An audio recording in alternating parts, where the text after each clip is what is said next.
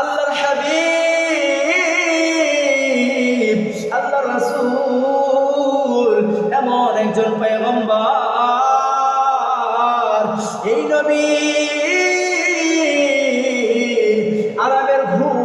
সব ত্যাগ করে, আরামের খাবার সব কিছু ত্যাগ করার পর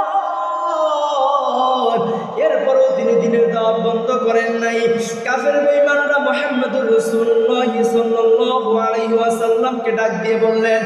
ও আব্দুল্লাহর পুত্র মুহাম্মদ, তোমার কি লাগবে বলো, তোমার টাকা লাগলে টাকা দিব, গাড়ি লাগলে গাড়ি দিব,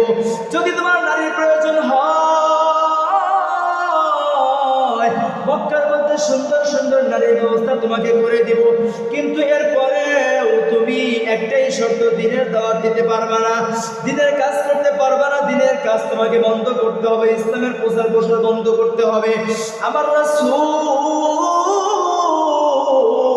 ডাক দিয়ে বলেছেন, রে বেঈমানের দল,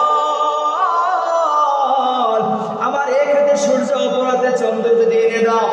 এরপর আমি মুহাম্মদুর রাসূলুল্লাহ আমার এই দিনের খিদমত থেকে এক চুল পিছপা হব না। আমি আমার আল্লাহর হুকুম জমিনের মধ্যে কায়েম করেই ছাড়বো, আল্লাহর জমিনে আল্লাহর দিন প্রতিষ্ঠা করেই ছাড়বো।